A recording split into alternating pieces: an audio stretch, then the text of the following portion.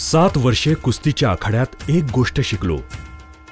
जीत ही सहज नाही, तर कष्ट करून मिळवावी लागते. कष्ट करताना एकाच गोष्टीचं असावं भान, ते म्हणजे जनकल्याण. माझं काम हे घरी किंवा कार्यालयात नाही, तर घरातून कार्यालयात येतानाच्या प्रवासात, म्हणजेच तुमच्यामध्येच आहे. सर्वांची प्रगती, सुरक्षा आणि स्वास्थ्य हेच उद्दिष्ट धरून काम करूया.